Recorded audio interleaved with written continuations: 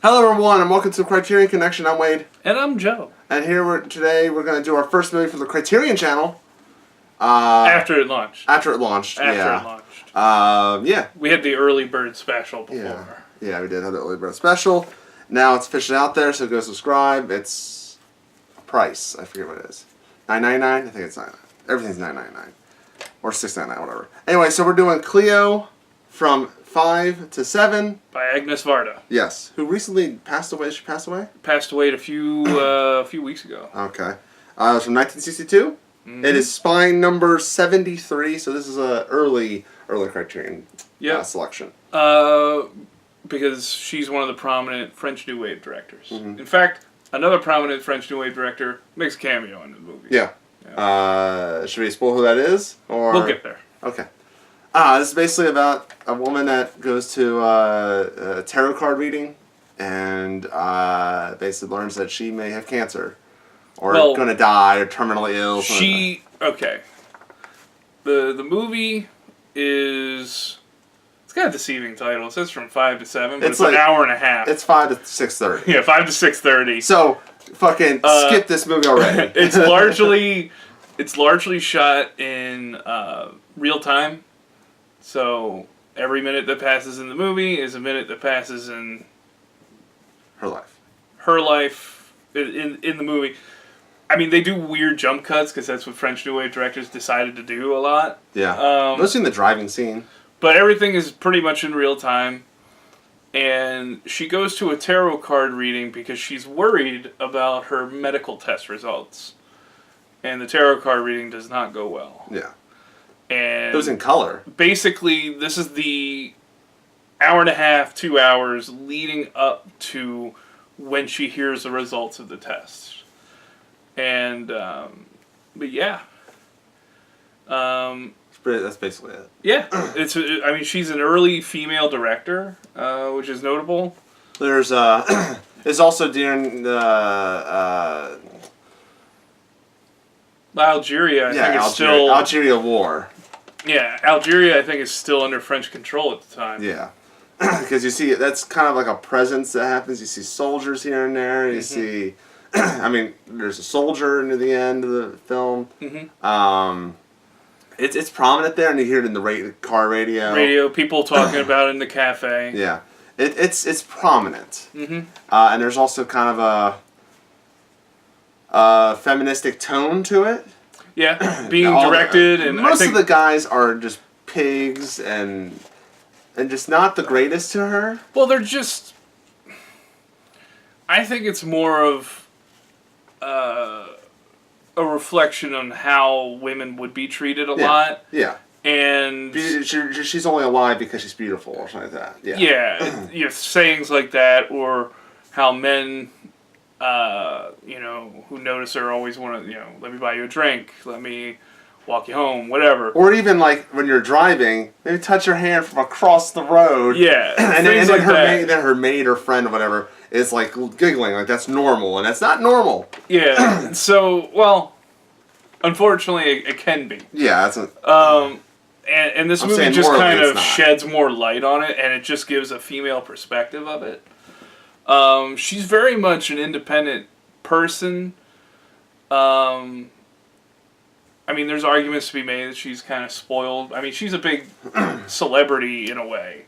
Yeah. She's a singer. She has a swing in her apartment. Yeah, she's got a swing in her apartment. And like 17 cats, which I'm fine with. All those kittens everywhere. Oh, and they're all like, yeah, I guess she had a cat, and that cat gave birth to a lot of this kittens. Because they were all kitten age. Well, and you guys don't know, this is the prequel to Aristocats. Oh. Yeah. Oh, yeah, okay.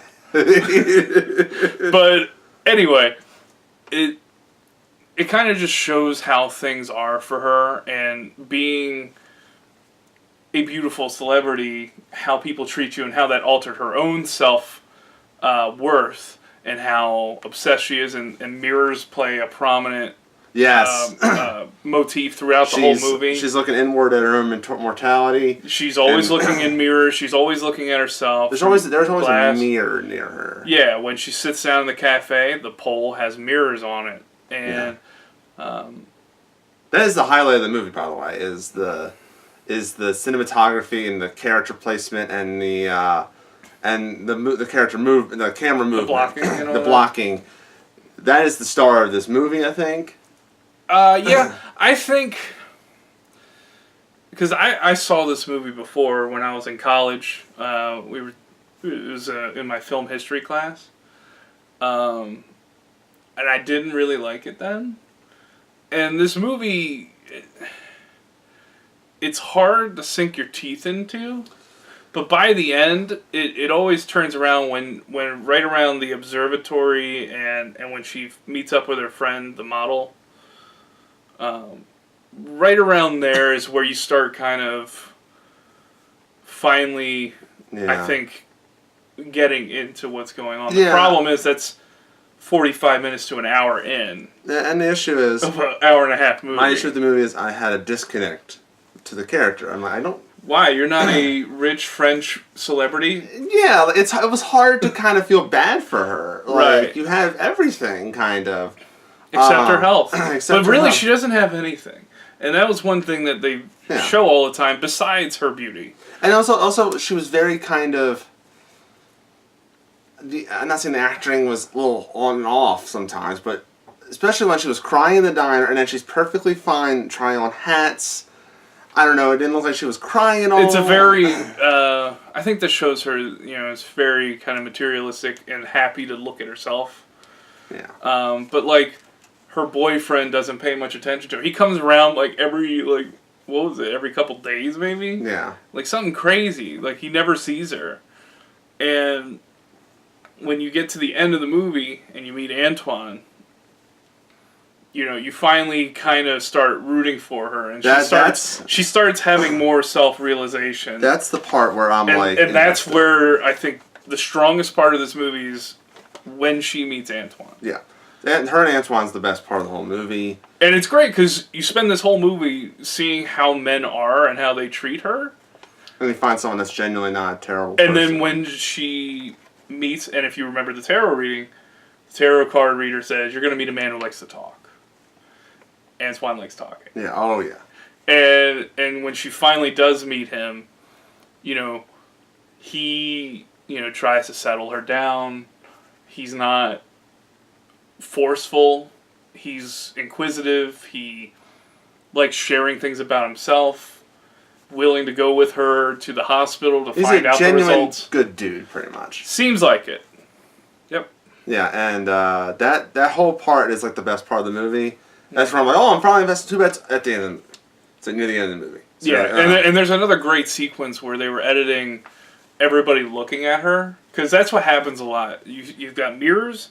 And you also have, every time she goes somewhere, other people look at her. And there's a great line, I wish I wrote it down, where she says, everybody looks at me, or something of that nature. And she goes, well, I don't notice them because I'm only looking at me too. And it's somewhere around, like, a little bit after that, she starts having more self-realization. And understanding kind of... I don't know if where her flaws are is the right term, but kind of who she is and what her perceived imperfections and fears are and what she's actually scared of. To where at the end of the movie, it's helped because, Antoine's there, or there's a ray of hope. Because the doctor's very matter-of-fact at the very end. Yeah. Oh, yeah. The doctor was just like, a couple weeks. It'll be fine in a couple weeks. Like, oh, jeez. Yeah, after a little bit of treatment, you'll be fine. Bye. Give me a call if you need. I'm just like, whoa. He's like, what, are you too scared to come to my office? What? And the movie also gave me a realization how scary French driving is. There's a lot, people just crossing the street when cars are going, like, Jesus! And then, when you're in the perception, the perspective behind the backseat or whatever of the car, and it's just going super fast, just going on turns, not even, braking, and just, I would never want to drive in 1960s France. I don't think they're driving as quickly as you're used to. I think they're driving like this, this is in real time. We gotta make this. I think some of the rear projection were sped up, but I don't think they're actually driving as quickly as you think. It was scary. It was very scary. But still, to be a pedestrian / driver, like, yeah. You can't it gets a little risky. You can't be texting and driving in France in 1960 something. Well, it's great. It reminds me a lot of like how like when you see these travel shows of like in like Thailand or something, and it's just people all the time and on motorbikes like swerving around people and getting around. It gives me anxiety, dude. Yeah, I was very. She's like she's basically having anxiety about like she might be terminally ill. Yeah. I'm having anxiety of like getting hit by a car. Her friend, we mentioned this earlier. Her friend kind of starts that kind of ball of, trying to cheer her up for her sake, rather than just saying, "Oh, it's nothing," like her caretaker does, or her songwriters are, or her boyfriend is. Like, her actual friend is, like, trying to actually cheer her up. They go to her friend's boyfriend's, like, movie theater to drop off film. Yeah. He shows her a short, which stars Jean-Luc Godard, which is great. And a bunch of other prominent actors, and especially in the French New Wave. And it's just a goofy, like, weird silent short that like I'm not even sure what really influenced it, like, because at first I thought it was it Harry Lloyd, or what's his name? He was in Safety Last, and now I can't remember who it is. Anyway, but that was who I thought it was at first, and then I realized it was Jean-Luc Godard, and I'm like, okay. And it's just this wacky short where he puts on sunglasses and it makes everything turn black. So I guess it's a metaphor for how Cléo is, or Florence is her real name, as she reveals later. Is that she's been looking at everything with sunglasses on, like, and it turns everything black, and she sees the worst in everything, when really it's a change in viewpoint that'll make things seem more hopeful. And I guess that's what the short means. I'm just kind of working that out now in my head. So buy, rent, or skip? I liked it more the second time I watched it than I did the first time. I'll say it's a rent. I think it's a significant film, enough that I feel like most people that are into film and the history of film need to watch it. And I think it's worth watching. You kind of get a different angle of the French New Wave. And I think it's always good to watch, like, a Truffaut movie, a Godard movie, and in this case, you'd be watching an Agnes Varda movie. Yeah. And kind of get a taste of each one. I'd say rent/stream.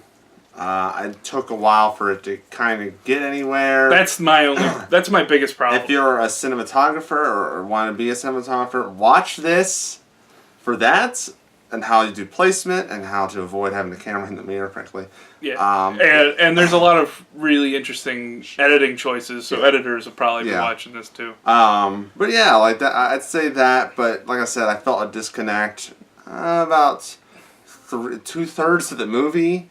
And then I finally started getting into it, but it's a little too late because you sat there for a while. I feel the same way. But the revelation and everything at the end is good. But yeah, I'd say rent/stream on the channel, stuff like that. Yeah, very much. This is a movie that